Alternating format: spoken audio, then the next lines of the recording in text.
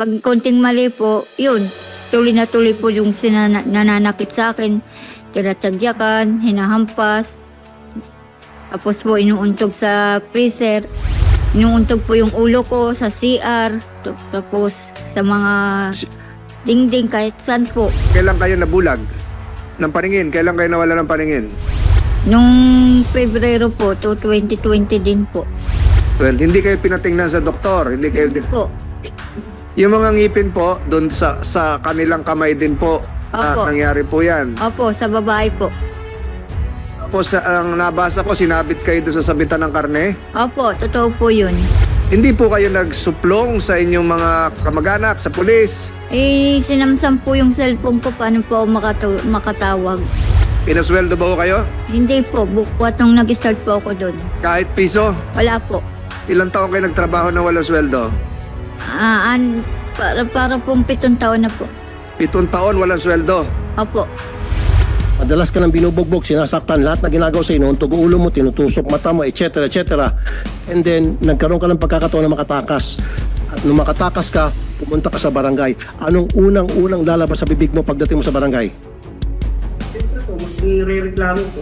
Exactly! At yun ang ginawa niya, na kinukontra mo ngayon, stupido. Ang ano dito, Chairman, hindi mo ginawa yung trabaho mo. Dapat kasi tinanong mo din siya kung ano po ba ang sitwasyon, ba't kayo nandito sa barangay. Natural yun eh. Yun ang una mo dapat ginawa, Chairman. Huwag mo akong ganun-ganun na sa tenga, uupakan kita. Maniwala ka sa akin.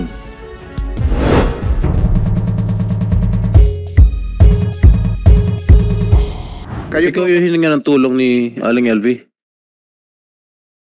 Magandang umaga po. Si Madam LB po ay dumating lang po. Sagutin niyo po. Ikaw ba hininga ng tulong ni Aling LV? Hindi po siya humingi ng tulong, dumating lang po sa barangay. Barangay Hall, Barangay Hall. Barangay Mamburaw? Opo. Alright. Sige, salamat po, salamat po. Manang LB, alam ko na yung istorya nyo. Hawak ko dito yung inyong mga salaysay. At alam kong bukas ay meron kayong hearing sa Piskalya ng Batangas. Gusto ko pong ilarawan nyo ngayon yung inyong istorya na nagsimula noong August 7, 2017, nung kayo ay magtrabaho sa pamilya Ruiz hanggang sa sinapit nyo yung mga nabahagi ng inyong salaysay na kayo ay sinaktan. Ito po ay umabot na ng 2023. Yung pagmamalupit na nakalagay dito ay nagsimula noong 2020. Kailan po kayo nagsimula magtrabaho? Sino po ang nag-recruit sa inyo?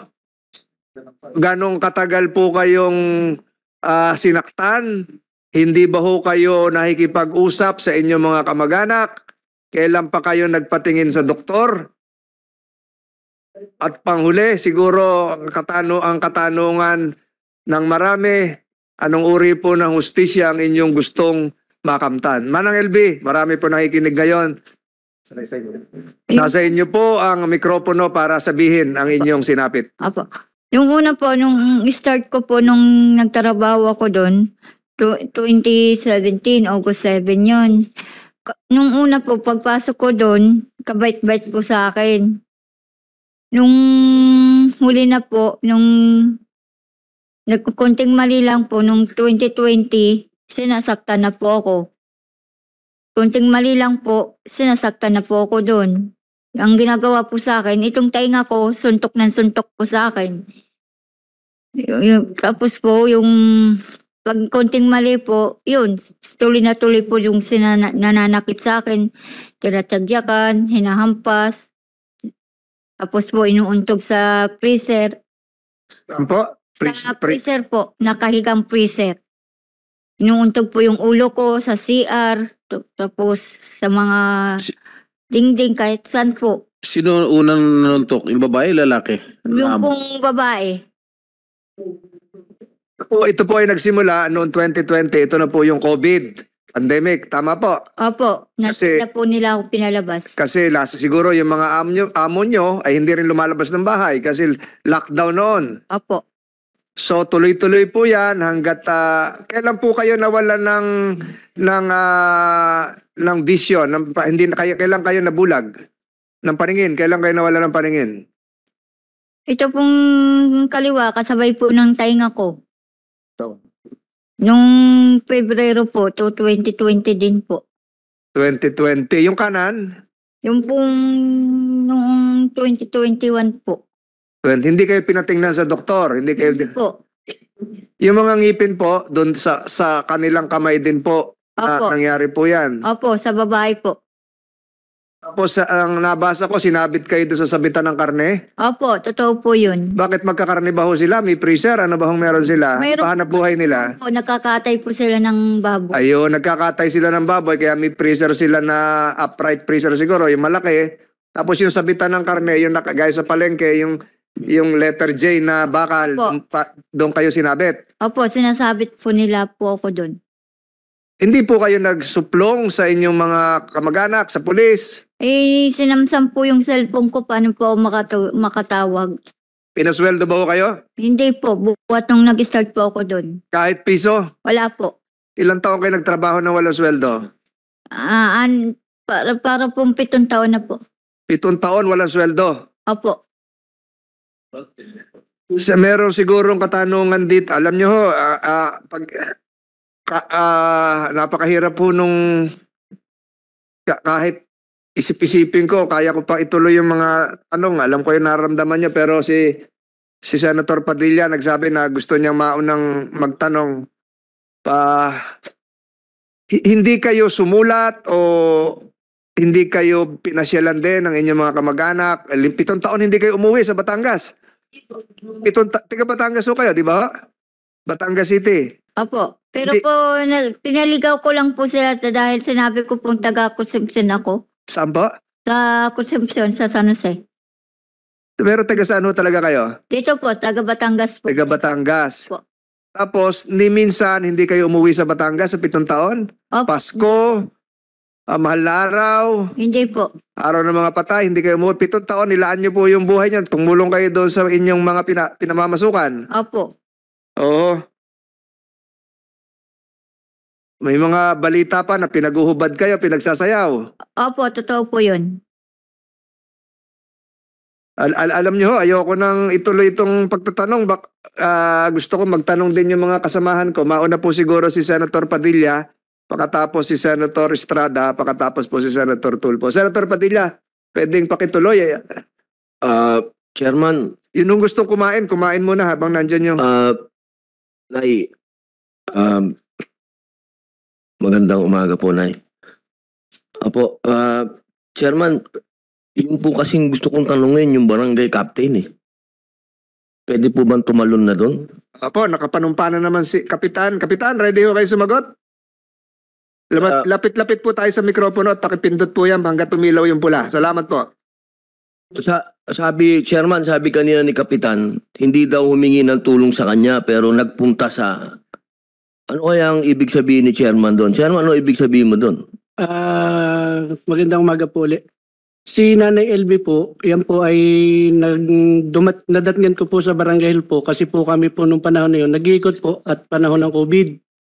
Nadatngan ko po siya na magutim at talaga pong nakakaawa pong tingnan. So ang una ko pong ano po doon sa tanod kong babae, sabi ko linisan po at palitan ng damit dahil hindi ko po kilala siya. Yun po ang aming pagkakaano po kay Nanay LB. Tapos po, Nakita nyo na meron po siyang mga sugat, mga ganon. wala naman po ako nakita. Basta po siya madungis po. Yun po, ang akala ko po ay naligaw na taong grasa. So yung pong utos ko sa tanod po ay linisan po si Nanay LB. Tapos hindi pa po siya, sinasabi ko pa pong ganon, dumating na po yung amo niya na si Mr. Ruiz. Dumating yung amo niya o tinawagan mo yung amo niya? Hindi po sir, hindi po. Dito sa salaysay ni Aling LV, I'm sorry, Senator Padilla. Dito sa salaysay ni Aling LV, tinawagan mo yung amo niya na si Jerry Ruiz. Hindi ko po At sinumbong mo na nandun si Aling LV sa barangay hall. Hindi ko po sinumbong yun sa senator. Wala pong pagsusumbong. Marami po doon pong mga tao na kasama ko po na kami po yung naka-duty sa bahay. Paano malaman ng amo na nandun yung kasambay? Ano po yun, nag-iikot po kami. Tamang pagdating po namin sa barangay hall po, naandun po si Nanay LB. Senator Padilla. Senator Padilla, siguro ang tanong ni Senator Padilla, ano yung naging hakbangin mo bilang kapitan? Tinala mo ba sa ospital? Pina-check up mo ba sa municipal health officer? Kasi COVID noon, alert lahat ng mga doktor natin, mga nurses. Diba? Yung sila yung mga frontliner. May paningin na ba ho siya noon o bulag na? Ano hong tulong Hindi ko na natin? rin Kasi po sa batas po ni Senator Estrada, yung kasambahay law, nakaregister lahat yung mga kasambahay sa barangay hall. Wala po Mr. Chair, pwede natin tanungin si Ma'am LV. Ma'am LV, Sasagutin mo pa yun, ha? Ma'am Sorry, Sir LV, Tulfo. sabi niyo po na pumunta kayo sa barangay at nagsumbong, tama? Opo, totoo po yun. Sino pong sinumbungan niyo? Mga kasama niya po doon. Tapos nandun po siya doon sa loob ng City Hall. Nasa loob. Siya. Sinabi niyo po na sinasaktan kayo, kaya kayo nandun sa barangay. Opo, sabi ko po, ipakicheck po yung gamit ko dahil aalis na po ako doon. Nakatakas nga po ako. Doon nga po ako pumunta sa kanya. Okay. So nakatakas kayo, sinabi niyo sa kanya nakatakas ka, daladal mo yung gamit mo at sinabi niyo rin sa kanya na sinasaktan ka ng amo mo, tama? Opo, sabi ko po, pakicheck yung gamit ko. Baka po sabihin ng amo ko Nagnakaw. na nagnakaw ulit ako. Tama. Okay. Tapos, Napakasinungaling mong tao ka, sarap mong... Alam mo, napakasinungaling mo. Gusto mo, ilay detector test ka namin, payag ka. Sige, pag lumitaw na ikaw ay nagsinungaling sa lie detector test, kukulong ka agad namin dyan sa baba. So may mic. Good. Mike, pakibukas yung mic. Yun naman po, sir. Alam nga ba naman magsisinungaling to si Ma'am LV? Anong reason para siya magsinungaling? Ikaw may dahilan ka para magsinungaling kasi tumawag ka sa amo tapos for all we know, baka bayad ka sa amo, baka sinuhulang ka ng amo. Ay, yun po, sir. There's no reason why she would be lying here.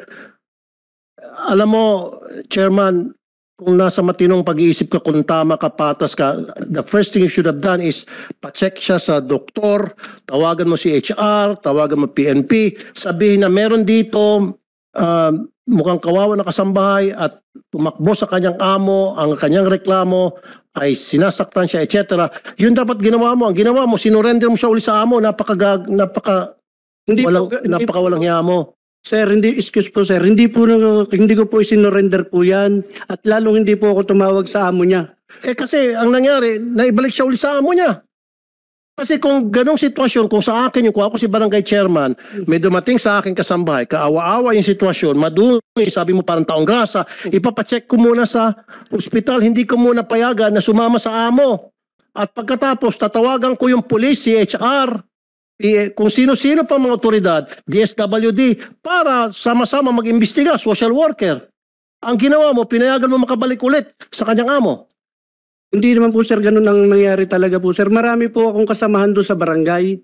Maraming kasama sa barangay, pero you call the shots because ikaw ang pinakamataas, ikaw ang chairman, ikaw ang sinusunod ng mga kasamahan mo.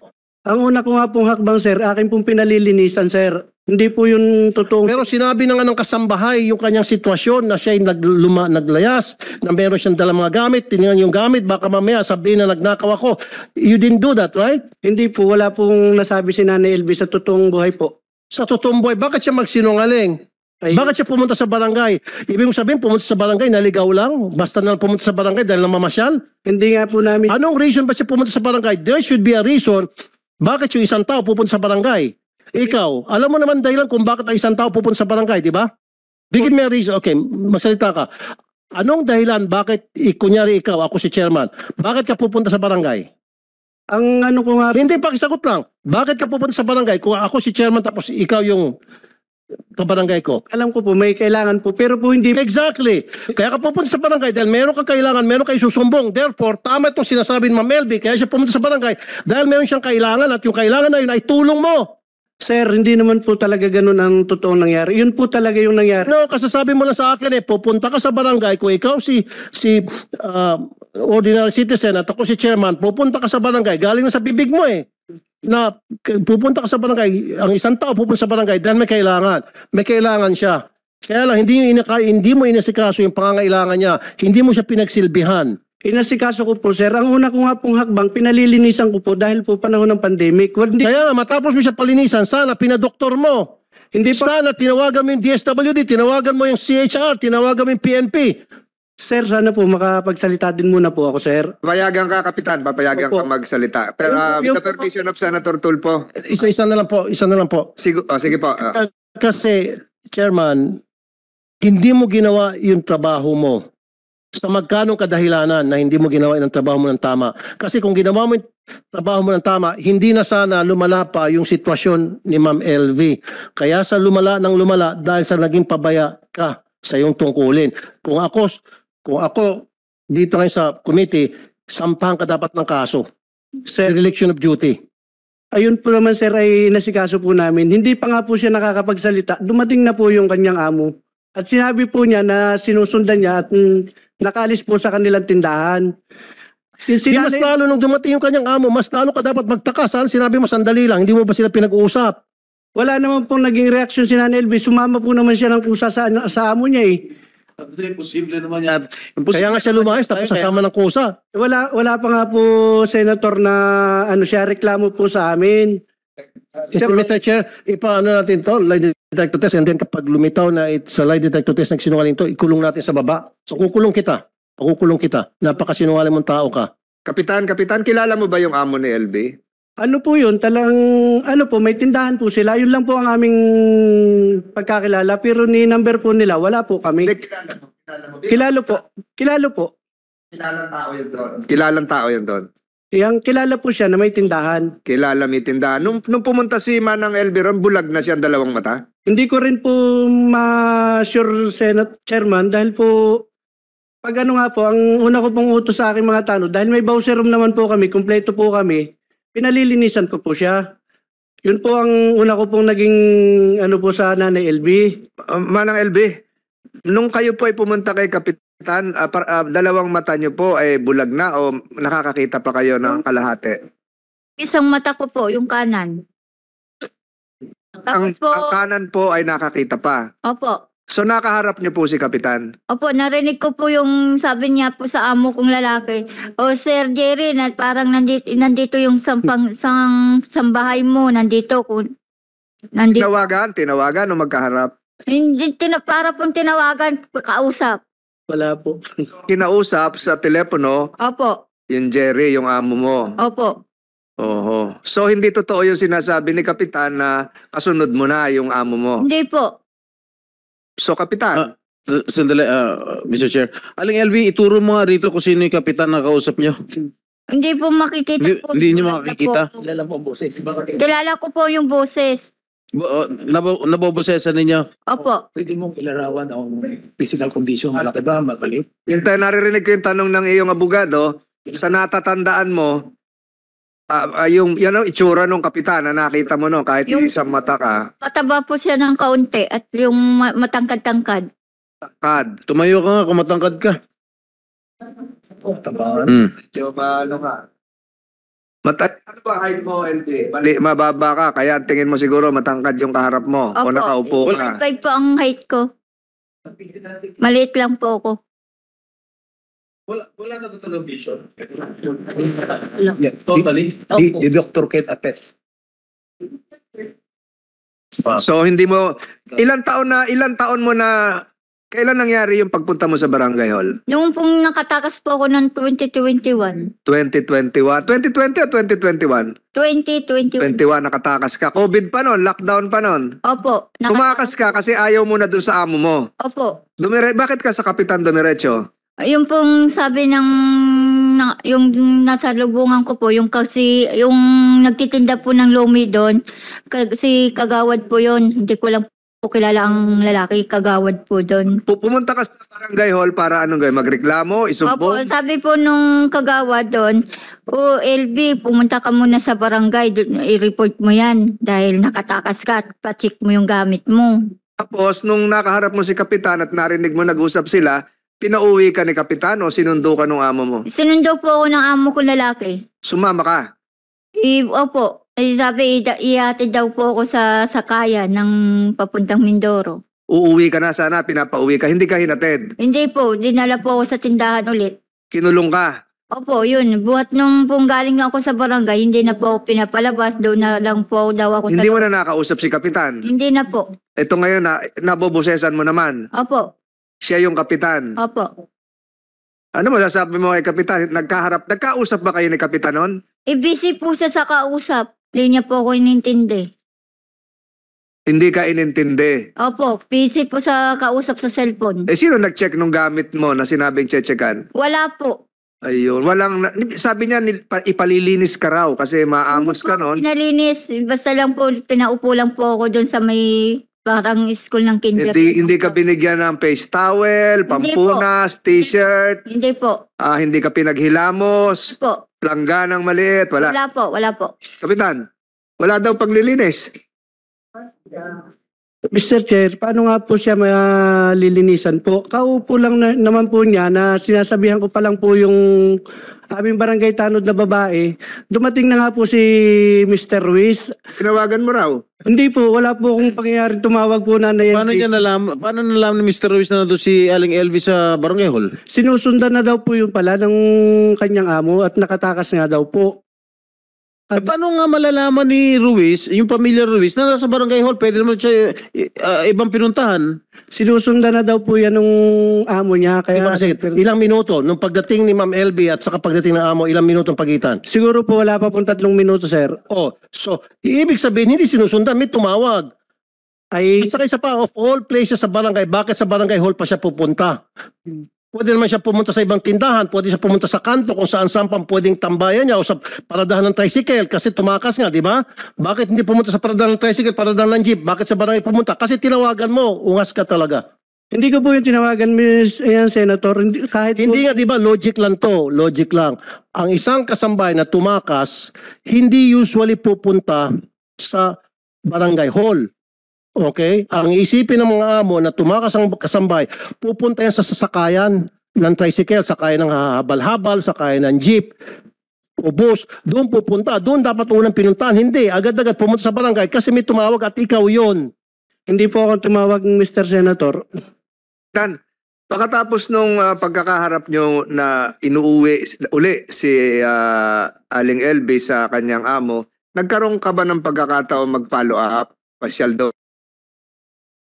Okay na Mr. Ruiz. O kumusta na yung nagpunta sa atin? Ano ang kalagayan na niya? Ako bilang kapitan dito, ako yung ama ng barangay. Gusto ko malaman ang katatayuan ng maamos na nagpunta sa atin sa barangay. Ginawa mo yon? Ang alam ko nga po kasi maganda naman po yung dating ni Jerry Ruiz, hindi naman po bastos. Pero maamos ka mo eh. Ang medyo magutin po sila na LB po talaga. Pero hindi ka na nag-follow up na ng ama ng barangay. Kumusta yung nagpunta sa amin na Manong Jerry? Nabihisa na ba yan? Ano bang kalagayan niya? Nakikita ko parang bulag na. Walang ganon. Yun po ang hindi namin napalo. Kasi nga po, ang paalam niya po sa amin talaga, naihatid na po sa pamilya. Ang sabi pa po niya, sa conception niya ihatid. Yung sinasabi po ni Nanay LB. Ihahatid ni Jerry sa pamilya. Opo, at So hindi ka nag-follow up. Jerry, naihatid mo na ba? yun po ang hindi na po. Yun po Di talaga- barangay patrol tayo, di ba? Wala po kaming barangay patrol. Lakad lang po kami at saka po sariling motor lang. So wala nang pagpa-follow up kung nakauwi o hindi. Nagtaka na lang kayo, magkakaharap ngayon dito, nandun ka po pala.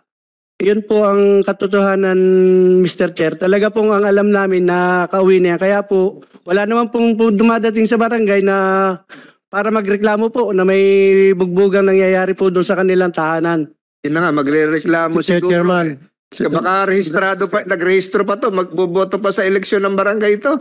Mr. Na ngayong September, Oktobre, Senator Tulfo. Okay. Ulitin ko ulit. Ibang question naman to. Palagi ikaw, kunyari ikaw sa sitwasyon niya, madalas kang binubugbog ng iyong amo. And then nagkaroon ka ng pagkakataon na para makatakas. Pagdating mo sa barangay, anong unang-una mong sasabihin? Kung ikaw, si Ma'am LV. Hindi, wag na. Sagutin mo na sa akin. Ulitin ko. Madalas ka nang binubugbog, sinasaktan, lahat na ginagawa sa inuuntog ulo mo, tinutusok mata mo, etc. etc. And then, nagkaroon ka ng pagkakataon na makatakas. At nung makatakas ka, pumunta ka sa barangay. Anong unang-unang lalabas sa bibig mo pagdating mo sa barangay? Siyempre po, magre-reklamo po. Exactly. At yun ang ginawa niya. Na kinukontra mo ngayon, stupido. Hindi pa po nakakapagsalita po si Nanay LB. Nakaupo lang po yan nung dumating po ako. Ang una ko po... Hindi, ikaw na mismo nagsabi. Ang una mong gagawin, kung ikaw sa sitwasyon ni Ma'am LB, ay magreklamo galing na sa bibig mo eh. And that's exactly what she did. Pero hindi mo pinakinggan dahil tinawagan mong amo, tumutugma lahat na sinasabi ni Ma'am LB. Napakasinungaling. Ang sarap i-contempt ito, Hindi po, Mr. Chair. hindi ko po tinawagan, Mr. Kasi Senator. it defies logic. Lahat na sinasabi niya, it defies logic. Ikaw na mismo nagsabi na ang unang gagawin ng isang tao na tagtad na ng pang-abuso at nagkaroon ng pagkakataon, yun na yung, kumbaga, nandun na siya, protektado na siya ng barangay, at sa akala niya, okay na siya, kaya magsusumbong siya.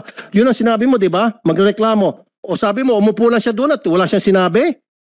And she had 3 minutes? Sabi mo, kung totoo sabi mo, 3 minutes dumating amo, o sabihin natin, siguro papalusot mo, nandun yung amo, natakot lang siguro siya. Pero she had 3 minutes na nandun nakaupo lang, wala siyang sinabi, imposible. Nandun siya, tama yung sinasabi niya, nagsusumbong siya kung ano lang pinagsasabi niya, hindi niyo pinakinggan. And I'll tell you, isa sa mga nasibak, dapat ikaw masibak ka rin eh. Di ba may pulis yung pinagsumbungan? Itong si Master Sergeant Maria Eliza Palabay, na-dismiss kasi sinampan ng kaso ni Ma'am LB. Kasi kinampihan nitong pulis yung amo, parang ikaw din. Ikaw ang susunod na pasisibak namin. Nandito rin si police officer Palabay. Di ba? Nasibak ka? Na-transfer, sir, ng lugar, sir. Kaya, Your Honor. o ganun na transfer ka, nasibak ka. Yes, kasi- Your Honor. Kasi nireklamo ka at nakita, may probable cause, yung reklamo ni Ma'am LB kaya ka na-transfer. Tama? O, ganun ka rin. Kaya lang ikaw hindi ko dapat ma-transfer, dapat ikaw ay makulong o masibak sa serbisyo. In your case, inireklamo ka dahil kinampihan mo yung amo at binantaan mo pa si Ma'am LV. Ito yung sabi sa reklamo, binantaan mo na wag nang mag-report, i-report yung mga employer kung hindi ay siya'y makukulong at mamapatayin. Your Honor, personally po, hindi ko po nakakausap si LB po, Your Honor. Anyway, mamaya ka na. Ito yung chairman talaga kasi kung hindi ka naging pabaya sa tungkulin mo, hindi na sana dadagdagan yung kalbaryo at impyerno na niranas nito. Naging pabaya ka talaga, Mr. Chair. Mr. Barangay Chairman. Totoo yan. Galing na mismo sa'yo, corner ka na eh. Magreklamo ka, yun ang una mong gagawin pagdating mo sa barangay. Yun ang ginawa niya. Mr. Senator, hindi nga po siya po nagre-reklamo pa. Hindi pa po siya umimik po, Mr. Chair. Yan po ay talagang nakaupo. Ang una ko pong hakbang, sabi ko po sa mga palinisan po. Kasi nga po, madungis po. Hindi ko naman po kilala si Ate LB. Hindi ko po kilalang katulong yan ng Chairman. mga Ruiz. Senator Tulfo, Senator Padilla. Opo. Tapos babalik ulit tayo doon sa sunod yung kamag-anak ni LB, tapos papunta tayo sa DOH and PNP. Apo, Senator Padilla. salamat po, Chairman. Sundan ko lang po yung tanong ni Senator Raffy. Kasi dapat automatic yung Chairman pagka may dalawang partido doon sa harap mo. Kakausapin mo pareho, di ba? Di ba, bakit naman ang pinakinggan mo lang yung amo lang, hindi mo kinausap yung isa? Di ba automatic yun, pakikinggan mo yung dalawang partido? Kasi nga po, Mr. Senator, wala naman, maganda naman po yung dating ni Mr. Ruiz. Wala naman pong panganong pinwersa si Nanay LB na Tumakas na nga. Tumakas na nga eh. Hindi nga po namin alam, sir, na may ganun nangyayari kay Nanay LB. Di ba Kasi sinabi ka mo nung amo na tumakas? tumakas nga daw po kasi ang sabi niya, kaiba na yung ginagawa niya sa tindahan. Wala na daw pong... Kaya nga, pinakinggan mo yung amo pero hindi mo pinakinggan si nanay. Ay hindi na nga po nagsalita. Sumama na rin po siya kay Mr. Ruiz eh. Dapat tinatanong mo, di ba? Di ba tinanong mo dapat? Di ba automatic yon pagka sa barangay, tatanungin mo yung dalawang partido? Di ba? Di ba ano po yan? Yan ang SOP? Ay yun po lang, sir, talaga ang naging pangyayari po sa Hindi, barangay. parang sinasabi mong hindi mo ginawa yung trabaho mo. Eh, ginawa ko po, sir, dahil Hindi mo kinausap. Di ba ang trabaho ng chairman, pakinggan mo yung dalawang partido? ay wala nga po sinasabi si Nanay LB. Hindi mo nga tinanong. Tinanong mo ba? Tinatanong po namin, hindi po siya Tinatanong mo si nanay. hindi po naimik. Nay, tinanong ka ba ni chairman? Tinanong kayo, nung nandun kayo. Po, hindi po. Ano lang, Basta lang po, sabi ko, ako pong nagsalita, sabi ko, Chairman, pa-check po yung gamit ko. Baka po, sabi nila, nagnakaw po ako doon. Nagsalita ka po, nay. Opo. Oh. Ayan, chairman, nagsalita. Madami po kami dun, Senator, kaya po alam po ng lahat na hindi po naimik po si Nanay LB. Bakit pa siya tumakas? Kung hindi naman siya iimik, nandun na siya. Hindi nga po namin, sir, alam na yan ay katulong ni Sir Jerry. Ang pagkakikita ko po sa kanya, akala ko po yung naligaw na taong grasa. Kasi nga po si Nanay LB, talagang medyo madumi yung kanyang katawan po. Hindi, alam mo na nga na hindi na nga siya taong grasa dahil dumating na nga yung amo di ba? Dumating na nga Ang dito, Chairman, hindi mo ginawa yung trabaho mo. Dapat kasi tinanong mo din siya kung ano po ba ang sitwasyon, ba't kayo nandito sa barangay. Natural yun yun ang una mo dapat ginawa, Chairman. Huwag mo akong ganun-ganun na sa tenga, uupakan kita. Maniwala ka sa akin. Chairman, yung katarungan pambarangay, ikaw ang chairman o meron ba ibang chairman? Ako po. Ayun. Saka po yung mga... Lahat naman yan, meron logbook di ba? Nire-register nyo. Kung may magre-reklamo. Meron ba ho tayong record sa inyong barangay na pumunta si Manang LB nung ganitong panahon, ganitong oras, at ano yung inyong naging aksyon? Meron? Wala po. Dahil Wala. po nga, madali lang po si Nanay Hindi, LB. kahit pumasyal doon, kinuha nung kanyang amo, dapat naka-logbook yun Diba? Katungkulan nyo ng barangay captain na ilagbook kung ano yung naging aksyon. Pwede rin ilagay doon, walang naging aksyon dahil sinundo na nung amo. Diba? Wala tayong record. Sa pagkatanda ko po, wala po. Ayun, pero katungkulan mo dapat gumawa ng record. Barangay secretary, tiningnan ni barangay health worker, may barangay social welfare officer, diba? Yung marami kayo kamo doon diba? So wala tayong papel kung ano man. Wala po. Pero nag-seminar tayo niyan. Nakakalungkot yan. Senator Estrada. Gaano ko nakatagal, Kapitan? Isang first term po ngayon, Senator. So tatakbo ka. Susunod. May plano pa po. Ha? Ano na? Tatakbo. Huwag niyo iboto to. Hindi ka naman nanalo. May plano kang tumakbo ulit. Meron po. Okay. Bakit talo ko na?